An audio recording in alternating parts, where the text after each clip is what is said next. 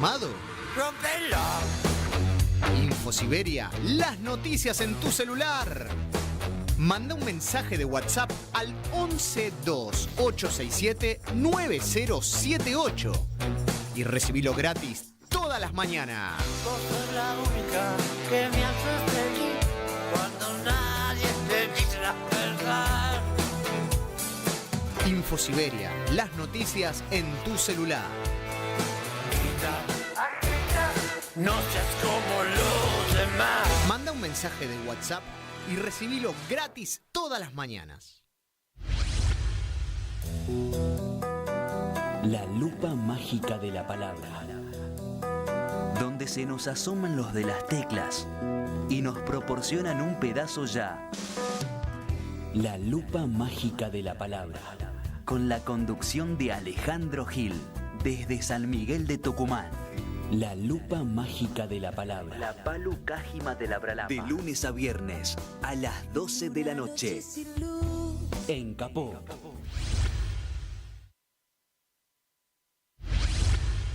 La hora de Moreno. El programa de Guillermo Moreno. Economía, política y actualidad. A puro peronismo.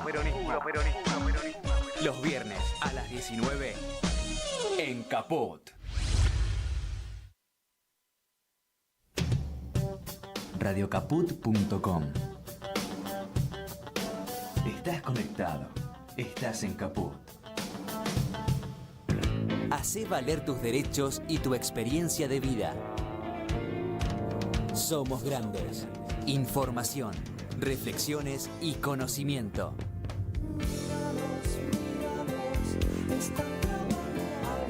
Somos grandes.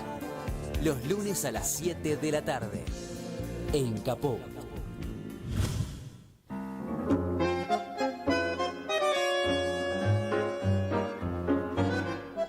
Buenas tardes, amigas, amigos, compañeros, compañeras, oyentes de Radio Caput. Aquí Raquel Márquez les habla desde el estudio de Chicha Mariani con nuestro operador Martín Loza. Le damos la bienvenida a todos ustedes. Y bueno, qué difícil este marzo, ¿eh? Es un marzo muy especial. Ustedes saben que este es el mes de la memoria y desde Somos Grandes convocamos al recuerdo y a la conmemoración de estos 50 años de ese fatídico día del 24 de marzo de 1976, donde entramos en la noche oscura de nuestra historia. Estos 50 años que nos tienen que hacer reflexionar y conocer qué pasó en nuestra historia, porque parece mentira, ya 50 años, se nos fue la vida, una vida entera y todavía no hemos podido resolver lo que pasó en esa época. Pero bueno, acá estamos, estos somos y seguiremos de pie. Hoy, después de las palabras del presidente de la Nación en el Congreso, que más que palabras fueron insultos y ninguna propuesta, pero no le voy a dedicar solamente eso. Lo que más me preocupa es que estamos entrando en este 2 de marzo del 2026 en un mundo en guerra, se podría decir. Si bien como decía el Papa Francisco, ya estaban pronunciadas las guerras. No se decía que era una tercera guerra mundial, pero había tantas guerras en distintos lugares que más o menos es lo mismo. Bueno, parece ser que los mismos de siempre siguen por este mismo camino que no nos lleva absolutamente a nada, solamente a la pérdida de seres humanos y de la riqueza de los pueblos.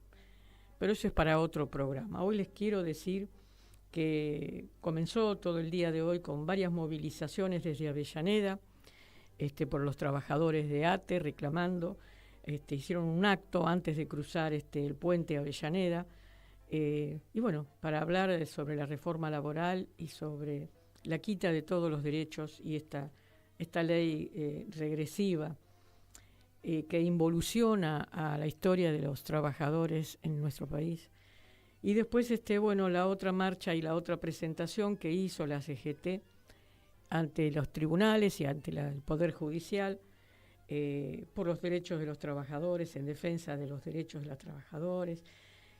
Bueno, vamos a ver qué es lo que pasa, porque el Poder Judicial hay que tratarlo delicadamente para no decir otras cosas, ¿no?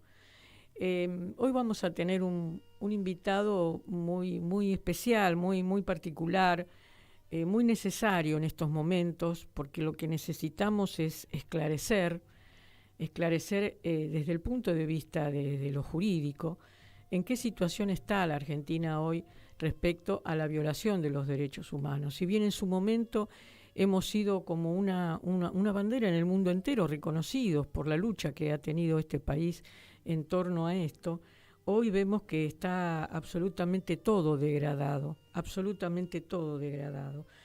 Estamos muy preocupados porque estas leyes que han entrado por el Poder Ejecutivo de manera casi de prepo, porque no han permitido tampoco que haya mucho debate, que no se trate en comisiones como corresponda, han hecho todas las cosas mal, por lo menos desde el punto de vista de lo que significa el tratamiento en cada una de las cámaras. Así que lo que querían era tener para el 1 de marzo todo aprobado. Sí, todo aprobado sin escuchar a ninguna de las partes, sin saber qué era lo que pensaban, no solamente el sector de los trabajadores, sino también el sector de los pequeños empresarios de la República Argentina, que son los que sostienen el producto y las riquezas de nuestro país, no las entradas y todo lo demás.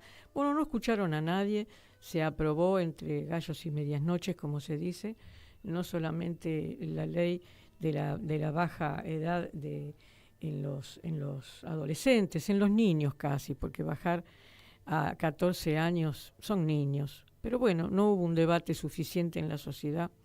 Después la otra ley de glaciares, que esta también es una ley que está en contra, absolutamente en contra de lo que es los derechos del ambiente, porque estas leyes solamente se hacen para que empresas extranjeras puedan utilizar y extraer los minerales y el oro y todo lo que hay en nuestra cordillera, pero a costa del agua, nada más ni nada menos. Es como si quisieran privatizar el aire, ¿no? Yo no sé realmente hacia dónde nos van a llevar, porque privatizar el agua es quitarle la vida a la gente, a las plantas, a los animales, al ecosistema.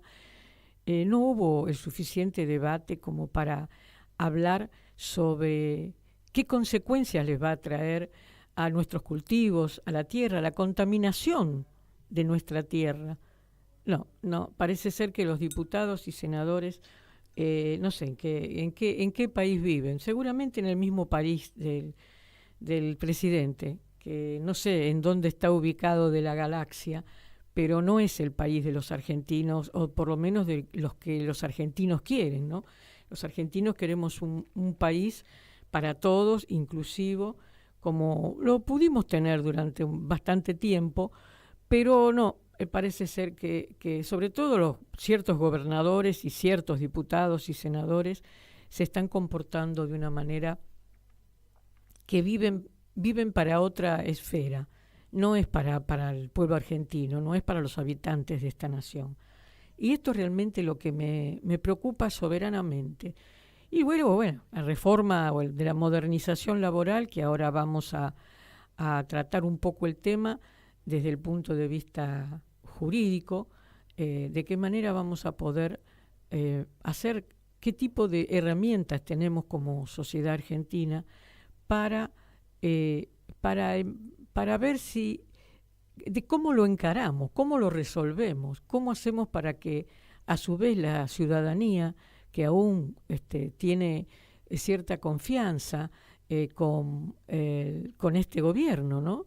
Porque conserva cierto apoyo, porque si el resto de la población no toma un poco de conciencia de lo que se está viviendo, del hecho de que perder el trabajo, la cantidad de personas que están perdiendo el trabajo y los cierres de fábricas, todas estas cosas que seguramente ustedes están escuchando o leyendo en diferentes ámbitos, es gravísimo, es gravísimo.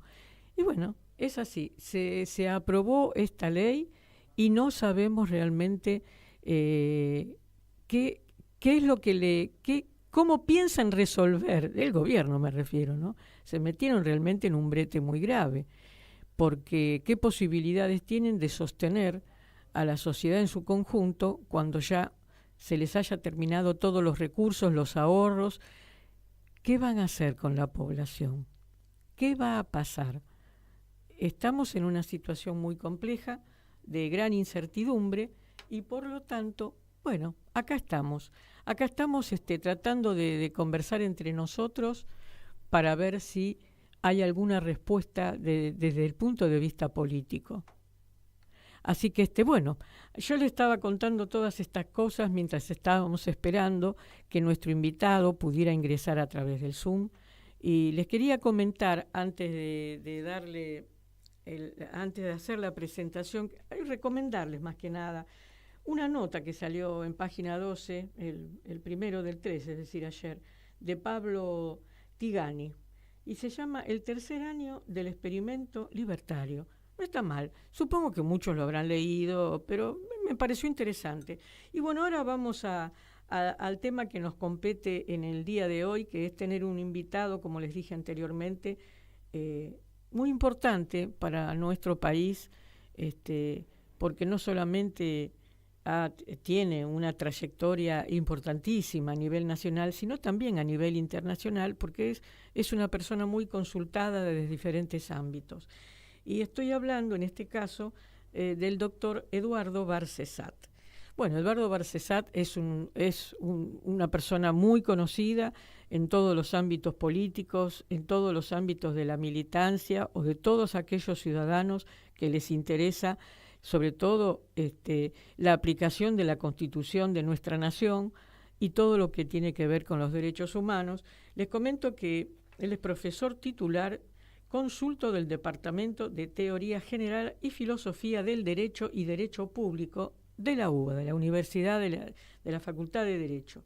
Además fue convencional nacional constituyente en la reforma del año 1994, abogado defensor de los derechos humanos e integrante de sus cuerpos jurídicos desde el año 1962 a la fecha. Además fue el primer secretario general de la Asociación Americana de Juristas. Es miembro del Consejo Consultivo Common Action Forum, presidente del Tribunal Ético de Juzgamiento del Lawfare y muchísimo más. Realmente lo que hice fue extraer algunos de estos espacios donde él participa o participó, porque si no nos quita espacio en el programa para poder escucharlo a Eduardo Barcesat, que aquí ya lo tenemos. Bueno, es un gusto y realmente para mí es un placer tenerlo en el programa de Somos Grandes. Buenas tardes, bienvenido, doctor Eduardo Barcesat. Aquí Raquel Márquez lo saluda. ¿Cómo está usted? Bien, buenas tardes. Saludo para ustedes en la radio y a la audiencia. Lamento que tengamos siempre estas dificultades para ingresar cuando se trata, por lo visto, de temas políticos. Pero bueno, ya estamos en comunicación y dispuestos a abordar el tema que nos ha convocado y que ustedes han mencionado. Si le parece, comenzaría por referirle a la audiencia cómo es la estructura jerárquica de nuestro ordenamiento jurídico. Perfecto. No se trata de que todas las normas estén al mismo nivel. Como es un sistema, el sistema jurídico tiene que tener un vértice, algo que le dé validez al conjunto de las normas según su jerarquía. Uh-huh.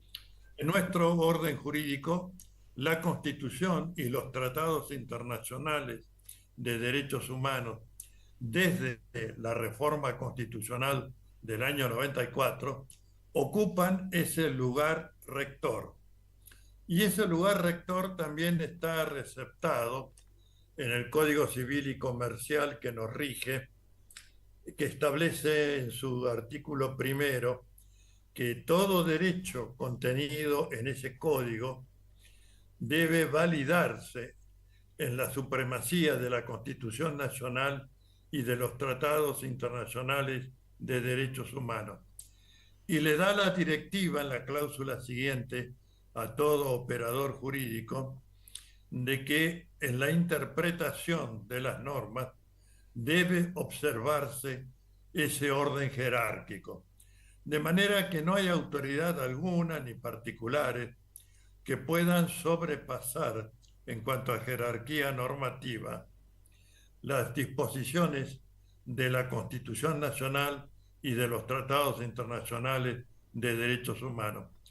Muy significativo fue en el año 94, en la reforma constitucional, el debate y la introducción que se aprobó prácticamente por unanimidad, el deber de obediencia a la supremacía de la Constitución Nacional.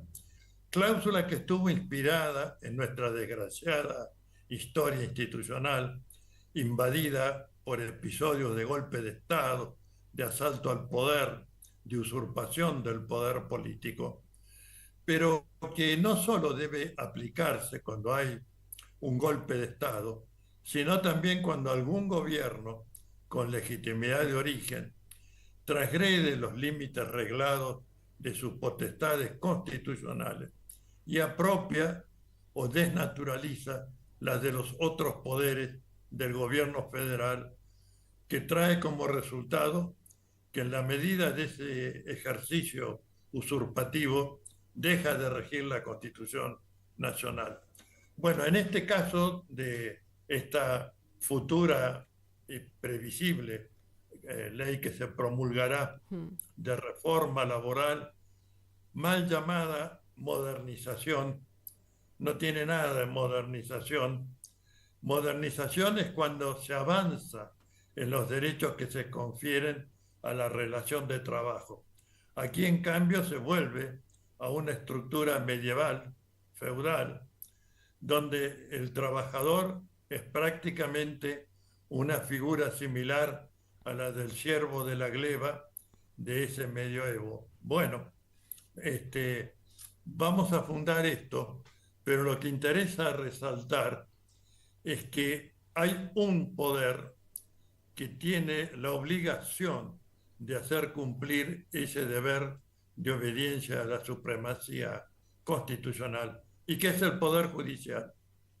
Ha habido, ya con motivo del decreto 70/23, que en su título cuarto abordó, mejor dicho, usurpó lo que refiere a legislación laboral, ha habido pronunciamientos de primera y segunda instancia de la justicia del trabajo que llegaron a la Corte por planteos recursivos del Estado Nacional, que declararon la inconstitucionalidad completa de ese título 4, del cual este proyecto, que previsiblemente va a convertirse en ley en pocos días, después que se publique en el Boletín Oficial, bueno, es una descendencia putativa de ese decreto 70/23. Sí. Bueno, la Corte, que tiene esto hace 2 años, todavía no ha emitido resolución, pese a la gravedad institucional del tema y a que desde el punto de vista del derecho es un tema simple, muy simple, porque es cotejar el texto de la Constitución y contra ella ese malhadado decreto de necesidad y urgencia 70, que trastocó la vida económica e institucional de la República. Fue el primer zarpazo a la economía y a la institucionalidad. Bien, proseguido con la ley base, que así se hubiera aprobado solamente el primer artículo, declarando la emergencia pública en materia económico-financiera y administrativa, le habría dado alas al Poder Ejecutivo para hacer todo lo que viene haciendo en desmedro de la institucionalidad y de la economía. Bueno, en el medio de este panorama aparece este proyecto cuyo tratamiento no ha cumplido con las pautas reglamentarias, tanto del reglamento interno de la Cámara de Diputados y del reglamento interno de la Cámara de Senadores. Es decir, los tiempos de examen, de estudio, no se han respetado, tampoco los de exposición. Los textos se fueron entregando de a media, de a retazos, por las correcciones que tenían.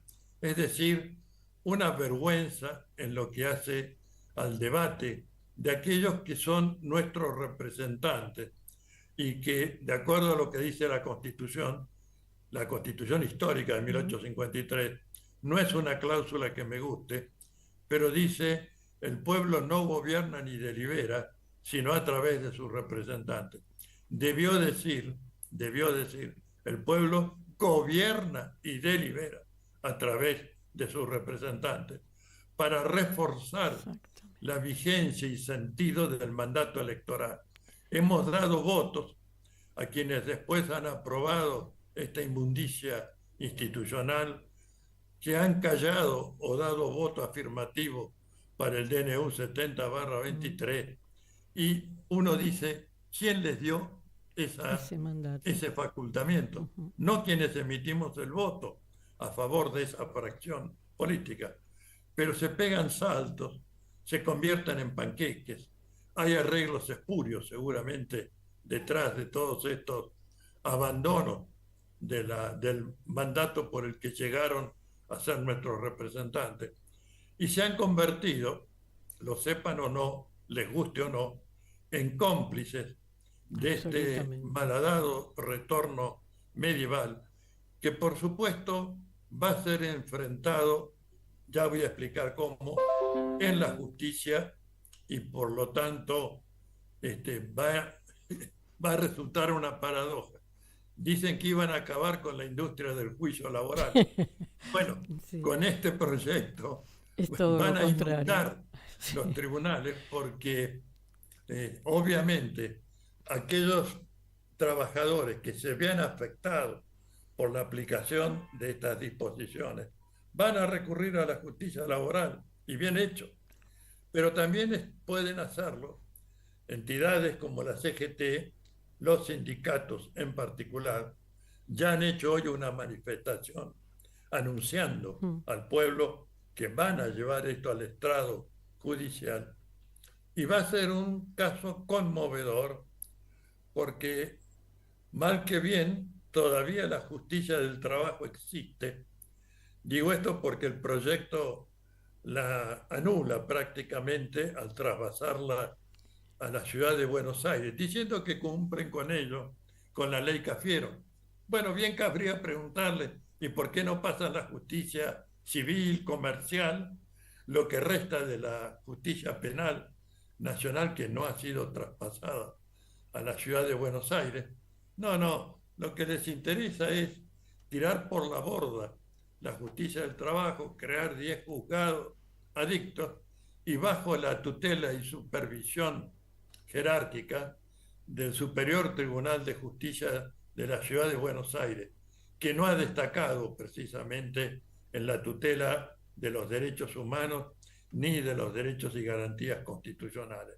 Bueno, este es el asunto. Vamos a decir con absoluta franqueza que hay una sola cláusula de este proyecto que va a superar el control de validez, que es la cláusula formal de cierre, la que dice girar el proyecto al Poder Ejecutivo. Es lo único serio, ¿no es cierto, Barcesar? Sí, eso es lo único serio que tiene. Esa es la única que mire, supera. Ahora bien, lo quería interrumpir un segundito, porque sabe que me llegó un audio de un amigo común que seguramente usted reconoce mucho, y quería pasarlo para que usted lo escuchara. Y después continuamos, pero es muy cortito, ¿eh? A ver, acá el operador va a pasar el saludo de Carlos Valle, que quería mandarle este saludo, y es un pequeño audio para que usted escuche y la audiencia también. Estamos, ¿no? Hola, Eduardo.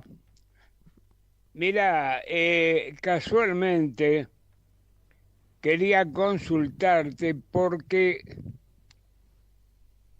tras una lectura de la famosa reforma laboral, que es realmente un camino hacia la esclavitud que toca a los trabajadores, a los jubilados, a todo el mundo, al país, ¿no? Determinamos que no había un solo punto donde poderse asir, decir, bueno, esto es en favor de algo, ¿no? Aparte, lo notamos, te consulto porque evidentemente vos sos uno de los más relevantes constitucionalistas de ahora y de siempre. Entonces, es útil que esto lo compartamos con el país, ¿no? A través de Caput y a través de ese prestigioso programa. La consulta era realmente si estamos en lo cierto, de que se trata de una ley anticonstitucional que está en contra de todos los tratados internacionales, de las normas de la OIT, una verdadera locura. Yo creo que si no fuera porque el país está tomado por un ejército de ocupación justamente, jamás ni siquiera se podía haber hablado de esto. Es una locura total, me parece. Por eso agradezco tu opinión, Eduardo, y te envío un abrazo muy grande.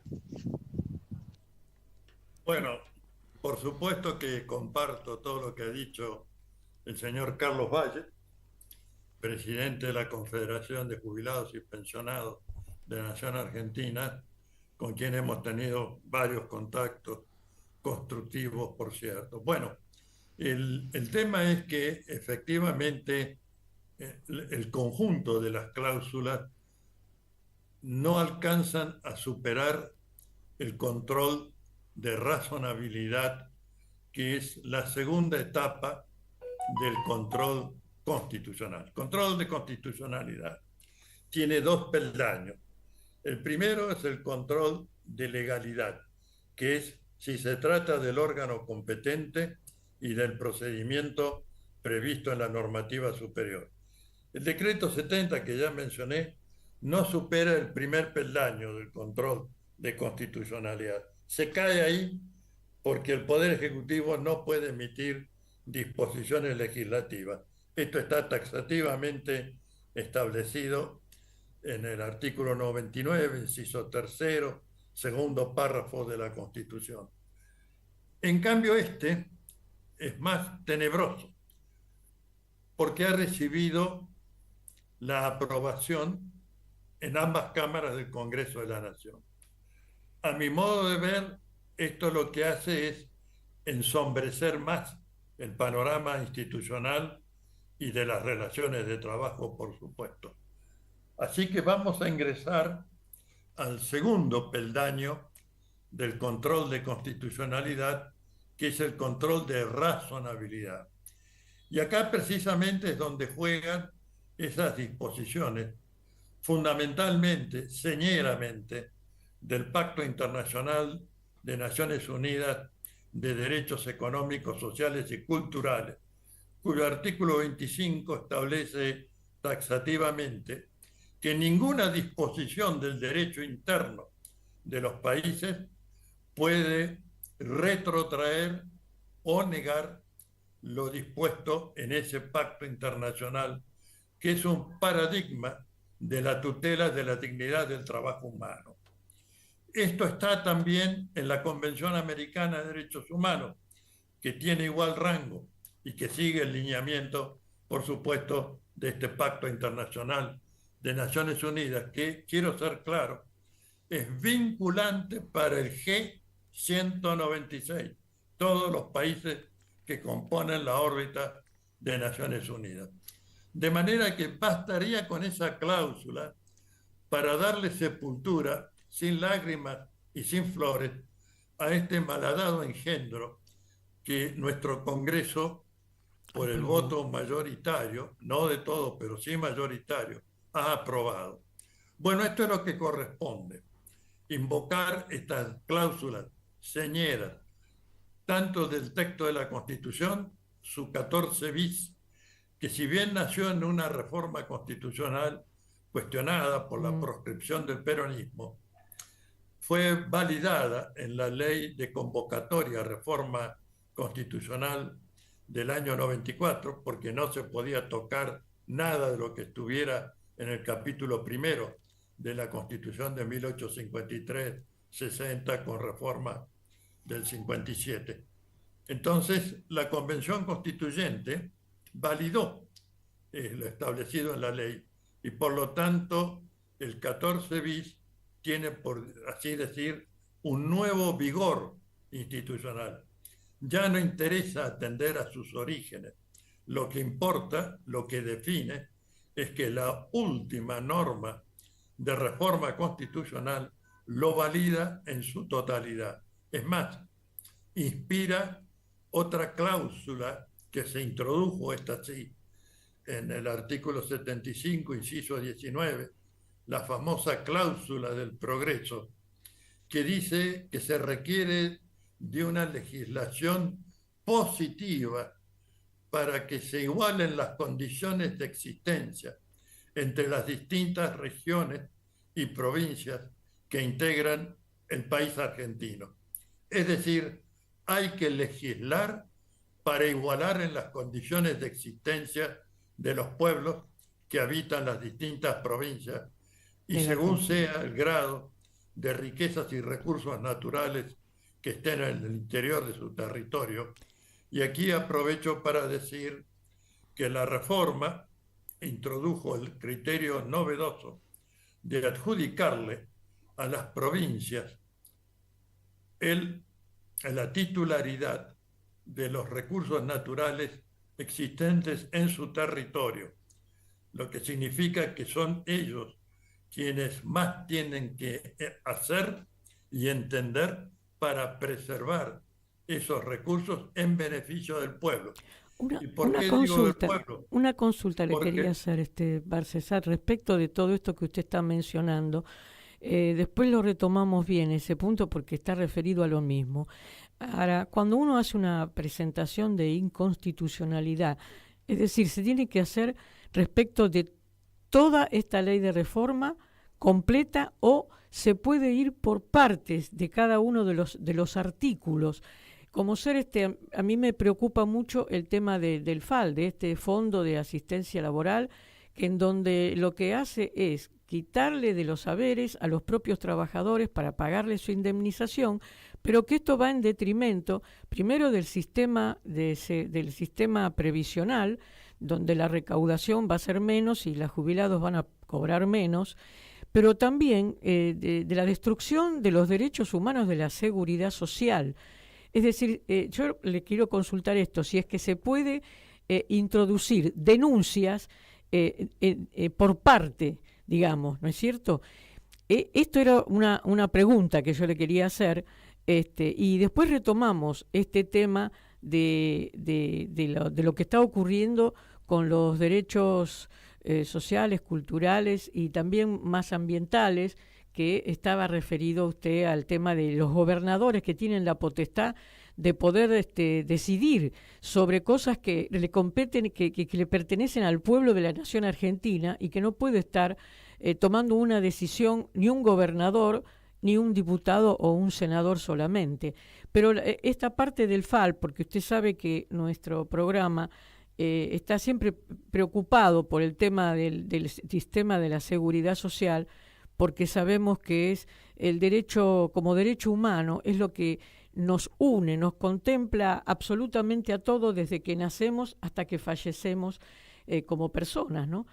Sobre eso, ¿se puede hacer de manera, por cada artículo, la presentación o inhabilitando o haciendo una presentación directamente para inhabilitar por inconstitucional a toda esta reforma de modernización laboral?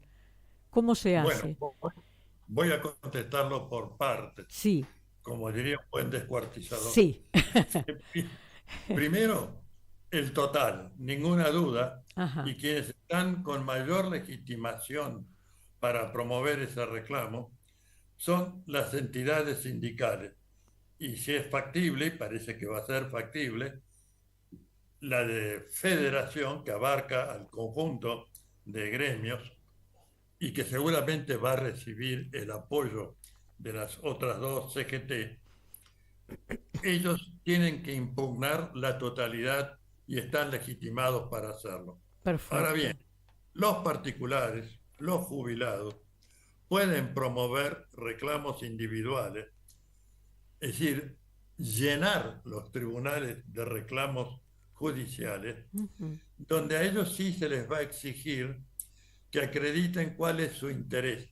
Perdón, esta palabra interés no corresponde a los derechos humanos, pero la Corte, esta Corte, Sí. para ser más preciso, desgraciadamente ha retrogradado el sentido de la protección de los derechos humanos establecidos para la acción de amparo, que se introdujo también como jerarquía de cláusula constitucional en la reforma del 94.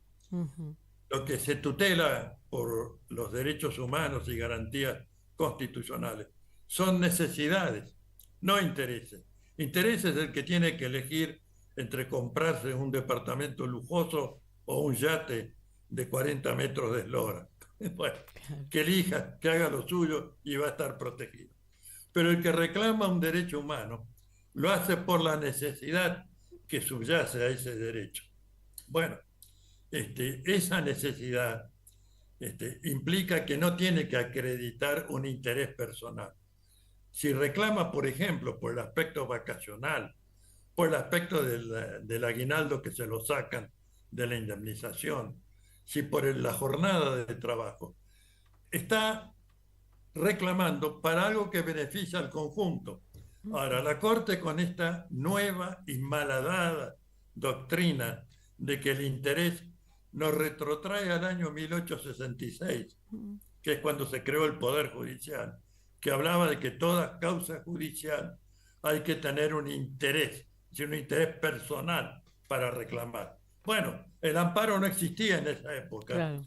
Tampoco la acción de amparo y mucho menos la cláusula señera del artículo 43 incorporado en la reforma del 94. Esto lo hemos dicho hasta la fatiga en varias acciones de amparo, pero hasta ahora la Corte se mantiene incólume porque con ese criterio rechaza a baldazos acciones de amparo legítimas que debieran merecer tratamiento y provoca una privación de jurisdicción eficaz. Pero bueno, no vamos a mover la Corte en este momento, no, claro. Pero la vamos a inundar de reclamos. Eso se puede hacer. Donde las entidades colectivas hacen reclamos colectivos y los individuales hacen reclamos individuales. Capítulo aparte es el FAL, que tiene un nombre que le debe gustar mucho. Seguro, a Patricia. Sí. Sí, porque es un arma de guerra. Les encanta. Sí. Liviano, sí.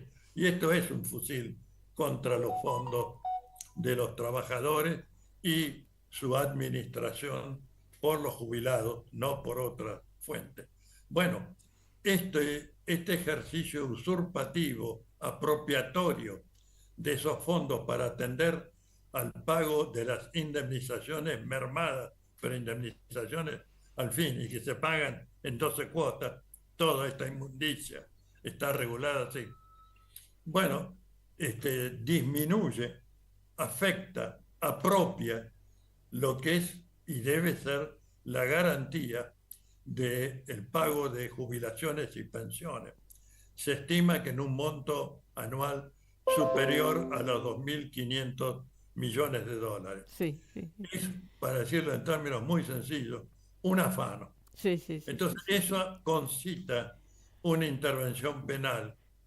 Y creo también que todo el tratamiento dado por ambas cámaras del Congreso de la Nación puede implicar violación de los deberes de funcionario público y abuso de autoridad, porque se quebrantaron las disposiciones reglamentarias de tratamiento de los proyectos en ambas cámaras. Por supuesto, es una tarea enorme. Sí, pero sobre eso, También mire, le quería consultar, Barcesat, porque eso nos preocupa a muchos y hemos estado conversando con algunos compañeros que estamos tratando de dilucidar de qué se trata esta ley, hasta qué profundidad del pozo nos lleva a los argentinos. Y una pregunta que le quería hacer era, justamente, si se puede tomar alguna acción como que estos senadores y estos diputados y estos gobernadores que mandaron a votar esto no son punibles de haber cometido un delito, por lo menos en contra de estos tratados, que usted bien lo mencionó cuando fue la reforma de 1994, sobre los derechos humanos, sociales, culturales y también más los ambientales, porque lo que votaron está en contra de lo que dicen estos pactos de derechos humanos internacionales. ¿Hay alguna posibilidad, más allá de toda la ley que se votó y que es inconstitucional, también de ejercer alguna posibilidad de denunciar a estos legisladores que han actuado en contra de los derechos humanos? ¿Tenemos alguna herramienta, digamos, como para difundir esto y como para que alguna organización lo tome, digamos, como un eje de pelea, de lucha o de difusión, para que el pueblo argentino sepa realmente qué es lo que provocó, va a provocar las consecuencias de que estos legisladores hayan aprobado en estas condiciones esta ley? Yo recomiendo para este tramo el de aquellos que dieron el voto, que los convierte en partícipes necesarios del obrar que reputamos criminoso, que se haga la denuncia penal, porque en la denuncia penal todo particular está facultado a llevar a conocimiento de la justicia la comisión de un delito de acción pública. De manera que esta es una vía que debe ser desarrollada en plenitud, esperando y aguardando que los resortes que los hay de defensa de la institucionalidad en el Ministerio Público Fiscal tomen la denuncia y como titulares de la acción pública penal la lleven adelante, pidan los datos de quienes dieron su voto favorable y los encarten judicialmente por haber quebrantado, muchos de ellos, el mandato electoral y los otros, todos en este caso, por haber quebrantado forma de tratamiento en las sesiones de ambas cámaras del Congreso de la Nación. Tenemos que recuperar nuestra institucionalidad.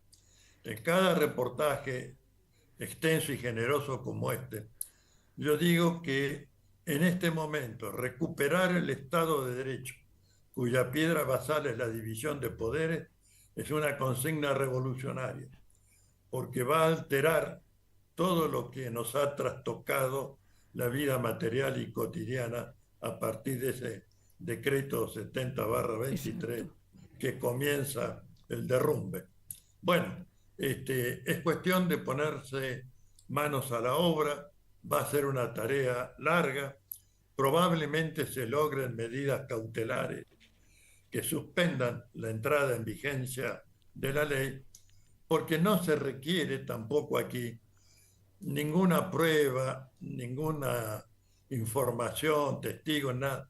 Basta que el juez coteje el texto de la ley con el texto de la Constitución, de los tratados internacionales y también de las convenciones de la OIT que mencionaba el señor Valle. Sí. Y ahí va a colegir que es absolutamente violatorio del sistema jurídico argentino esta propuesta de ley, no quiero llamarla todavía ley, que desgraciadamente y producto de la prepotencia que han tomado los gobiernos autoritarios encabezados por Trump, Netanyahu, que dicen que sus decisiones son injusticiables. Bueno, quiero aclararle a la audiencia que la Corte de Estados Unidos, en fallo de hace 4 meses, declaró que las decisiones ejecutivas del Poder Ejecutivo, es decir, lo que para nosotros serían los decretos, son justiciables por unanimidad. Bien. Es decir, que ya no puedan pararse, él manda más, a que sus decisiones están por sobre la Constitución. Y luego, que lo que es la materia impositiva, arancelaria, es atribución del Congreso de la Nación, como lo es también el de iniciar una guerra de agresión, como ha sido lo que estamos presenciando en Venezuela y en Irán. Bien, todo esto hace prever que pueda haber un movimiento de respuesta fundado en la superioridad del derecho internacional, que reavive las competencias de la Al-Qaeda, Organización de Naciones Unidas, y que lleve adelante este proyecto de la humanidad que son los derechos humanos. Creo que no hay ningún producto normativo que, como los derechos humanos, concite la adhesión y el apoyo de todos aquellos que defendemos el saber jurídico. Realmente, mire, la Bueno, verdad esto que... terminaría mi... No, no, sí, yo sé que usted tiene un tiempo limitado y creo que nos hemos abusado un poco de su tiempo, pero realmente nos ha dado un aliento, digamos, ¿no? Es como un poco de oxígeno el hecho de saber que los ciudadanos todavía, si nos organizamos, tenemos la posibilidad de hacer estas denuncias penales contra estos delitos cometidos por nuestros legisladores al haber violado derechos humanos que forman parte de los tratados internacionales, donde nuestra Constitución los adhirió ya en el año 1994, porque en realidad, si bien esto es un tema absolutamente de decisión política, pero de alguna manera hay que contrarrestar lo que están haciendo estos legisladores, que no están respondiendo ni a las necesidades del pueblo, ni sobre todas las cosas el respeto a nuestra Carta Magna, como es la Constitución Nacional. Bueno, a mí lo que me preocupaba también es que preguntarle, en todo caso, actualmente con este poder judicial, con los jueces que tenemos tanto en la Corte Suprema como el Comodoro Pi, como en otras instancias, si vamos a tener alguna respuesta alentadora o si simplemente esto va a servir como un bastión de resistencia del pueblo argentino en defensa de las leyes establecidas y respetadas y que integran nuestra Constitución Nacional para poder seguir sosteniendo la institucionalidad de nuestro país. ¿Hay posibilidades o simplemente tenemos que esperar que el tiempo nos dé esa respuesta? No, hay que ejercerla ahora. Y tenemos una coraza en la Constitución que hay que invocarla y usarla. No está para adornar la vidriera institucional, sino para ser empleada, como todas las cláusulas constitucionales. Y es que ese artículo 36 de deber de obediencia a la supremacía de la Constitución Nacional, sí, en el último tramo establece y reconoce el derecho del pueblo argentino de resistir los actos de violencia institucional. Es decir, los que se manifiestan en las plazas, en las calles de la República, no solamente es derecho de opinión, de manifestarse, de reclamar, de peticionar a la autoridad, es el ejercicio de la cláusula que defiende la supremacía de la Constitución Nacional. De ahí también la grosera inconstitucionalidad de los protocolos Bullrich y de todo lo que aplica el aparato represivo, es lesivo, ninguna duda, de esa cláusula constitucional. Entonces, los derechos hay que ejercerlos, hay que reclamarlos. No se piden ni se agradecen, se exigen. Y esto es de la esencia del derecho.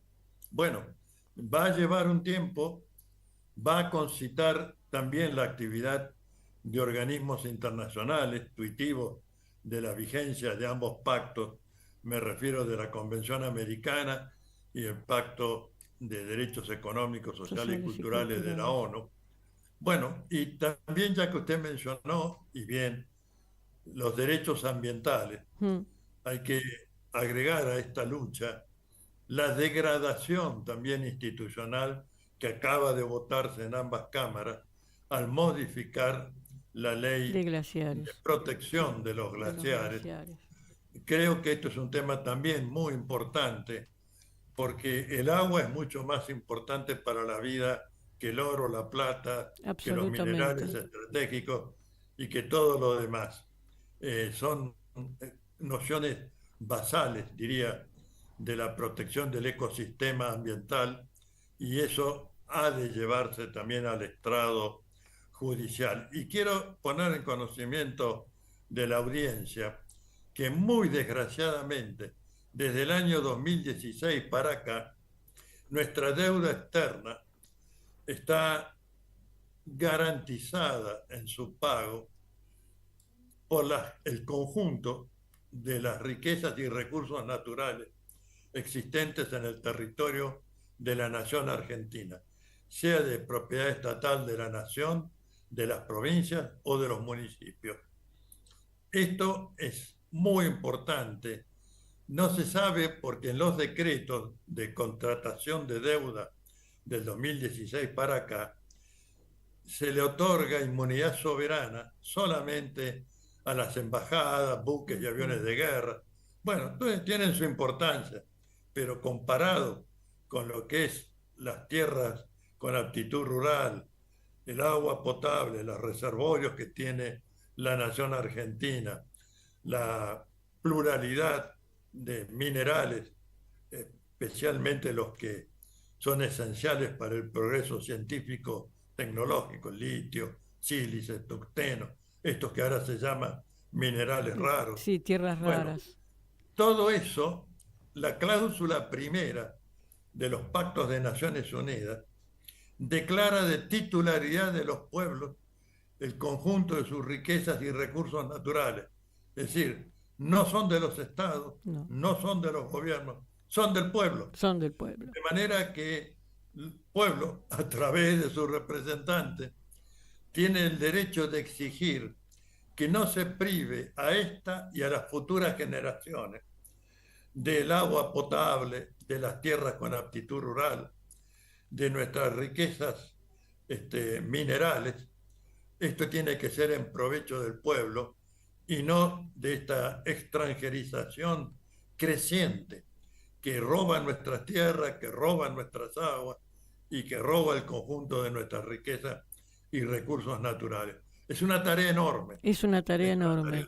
Y como argentinos hay que hacerlo. Hay que hacerlo. Por recuperar el Estado de Derecho para que pongamos en pie la institucionalidad y a partir de ello la economía y sancionemos severamente, pero en el marco de la ley, a los que han depredado y están depredando a la nación argentina. Eso me parece fundamental porque tendrían que estar muchos presos por delitos económicos que le han ocasionado a la nación argentina y que siguen gobernándonos de alguna manera de atrás o de adelante, pero nos siguen gobernando. Pero bueno, esta instancia también de que se puede llegar a estrados internacionales de alguna manera o tenemos que primero resolver las cosas en nuestro país a pesar de la Corte Suprema que tengamos y recién ahí se puede trasladar una denuncia a nivel internacional. ¿Hay posibilidades también? Correcto. Hay que primero iniciarla en sede nacional y si se frustra, entonces la denuncia regional e internacional. Perfecto, perfecto. Bueno, nos ha dejado un legado, doctor Eduardo Barcesat. Unámonos, organicémonos, trabajemos con la comunidad toda en defender nuestros derechos. Es decir, la Constitución y nuestras leyes nos amparan. El país y la nación argentina nos pertenece a quienes la habitamos, a quienes producimos, a quienes trabajamos, a quienes estudiamos, a quienes nos esforzamos para seguir adelante con una vida digna para todos.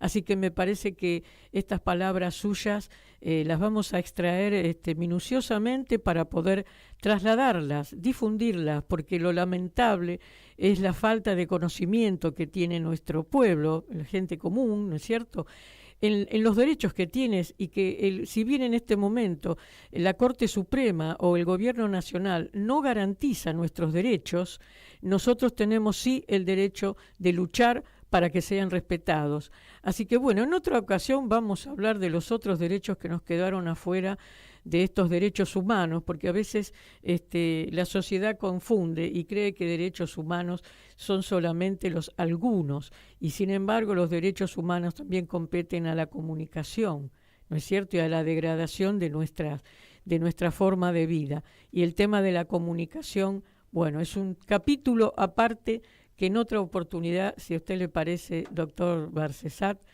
lo podemos profundizar, porque si quedamos aislados es otra manera también de quitarnos derechos a la información.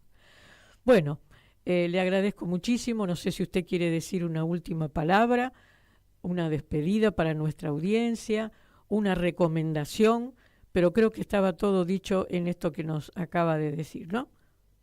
Diría solamente los dos enunciados que tienen los pactos de Naciones Unidas. Seres humanos libres respecto del temor y libres respecto de la miseria. A eso vamos, a buscar esa libertad. Eso es libertad. Lo que habla este gobierno es liberticida, no es libertad ni libertario. La libertad está condensada por el saber jurídico del universo en ese enunciado que precede ambos pactos de Naciones Unidas, G196, como dije antes, y tengan buenas noches ustedes y la audiencia. Hasta un próximo reportaje. Muchísimas gracias, doctor Barcesat. Muchísimas gracias, le mando un abrazo muy cálido. Que tenga usted muy buenas noches. Hasta pronto, hasta pronto. Bueno, hemos tenido el gusto, el placer y el disfrute de escuchar al doctor Barcesat, no solamente por sus conocimientos, sino también por su calidad humana. Es muy importante tener este tipo de entrevistas en esta hermosa radio Caput. Y bueno, ya nos estamos despidiendo, agradeciéndole a la audiencia el hecho de que estén ahí escuchándonos. Les mandamos un saludo a todos. Ustedes saben que nosotros vamos a seguir insistiendo en las movilizaciones, en todo lo que tenga que ver con esto de salir a la calle a defender nuestros derechos. Así que no hay que tener miedo, no hay que achicarse. Estamos viviendo en una situación de quiebre total. La gente está muy asustada, cree que esto no tiene salida, pero sí tiene salida. La salida es seguir trabajando, insistiendo y militando esta situación de querer vivir mejor en un país extraordinario como es la República Argentina, y tener cuidado también con lo que está pasando en el exterior. Pero bueno, me despido, nos despedimos con un tema muy importante. Hoy también hubo un paro de la CETERA, que empezaban las clases, y en un homenaje a todos los compañeros trabajadores de la educación vamos a escuchar este tema de Mercedes Sosa que se llama Maestros, pero además los voy a dejar, los dejo hasta el lunes a las 19 horas, pero quédense en Caput porque va a continuar un programa nuevo que se suma a la grilla de Caput, que es Por Amor al Arte, así que quédense, no se lo pierdan. Y ahora me despido de todos ustedes, que la pasen lindo. De tu pelo soy, hija de tu cuero, soy el olvidado de la alcancía del tiempo, el que se quedó de pie poniéndote el pecho.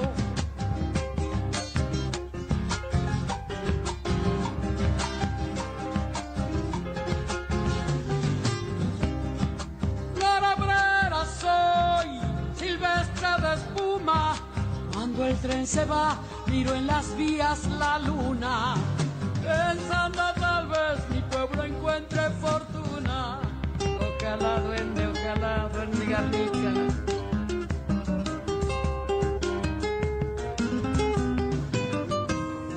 Iba fue sin show, cuando repartieron, de mí no se acuerdan, dicen que nunca me vieron.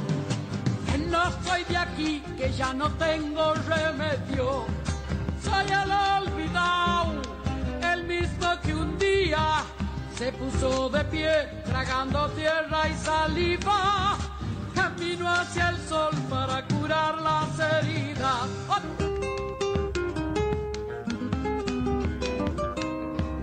Una herida soy, buscando el salario, maestros de pie, cuidando pichones blancos, que madurarán iluminando este pago. Es cierto, los maestros queridos, para ello va esto. Soy el que quedó en medio de los ranchos, guacho del fiao, amate y guiso inventado.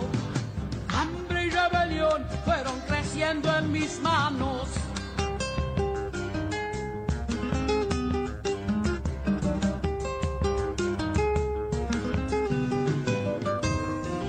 No quiero de más, quiero lo que es mío. Al mazo trampeado quiero torcerle un destino. Levántate, cagón, que aquí canta un argentino. Soy el olvidado, el mismo que un día se puso de pie, tragando tierra y saliva, camino hacia el sol para curar las heridas. Hoy Chicha se nos fue. En Caput Ana María Cariaga, pero quizás no sobrevuele con su alma de abuela guerrera. pasan cosas. Para darte a vos, Clara Anaí, esos abrazos tejidos y abrigados. El zapabón. Decir que es merecido es poquito, no hay palabras para describir a Chicha. María Victoria. Con nosotros los nietos era sumamente cálida. Yo no me puedo olvidar de los regalitos que nos traía también a nosotros. Eve de Bonafini. Para mí fue una hermana, una amiga, una compañera. No sé por qué la vida nos juntó, pero nos pusimos de acuerdo en muchas cosas. Juan Martín Ramos Padilla. Esa placa que vamos a descubrir con el nombre de Chicha Mariani no es algo decorativo, pero es la asunción de un compromiso de defender las causas populares.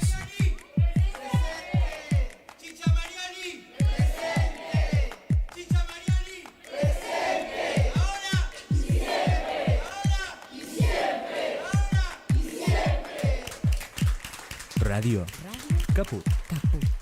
Hable bajo, pero hable, no se case. Esas cosas. ¿Querés arrancar la mañana bien informado? Rompelo.